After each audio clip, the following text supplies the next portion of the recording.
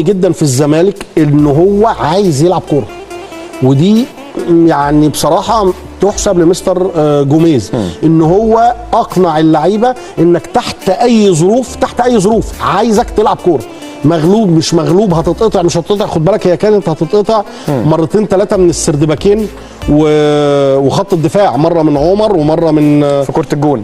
لا في مواقف مختلفه بشكل عام، حتى الشوط الاول. لكن اصرار المدير الفني انك تعمل اللي انا عايزه، ده اللي عاجبني.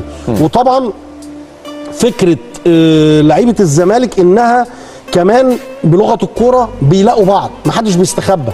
انت مغلوب ومغلوب من النادي الاهلي، وممكن الاهلي لو جاب الجون الثاني هيبقى فيها مشكله، وممكن يبقى فيه سكور وكل حاجه، لكن زيزو بيقرب، مصطفى شلبي عايز يعمل حاجه حتى قبل ما يطلع، حتى وهو اتغير، لكن هو عايز يعمل حاجه. ناصر ماهر واحد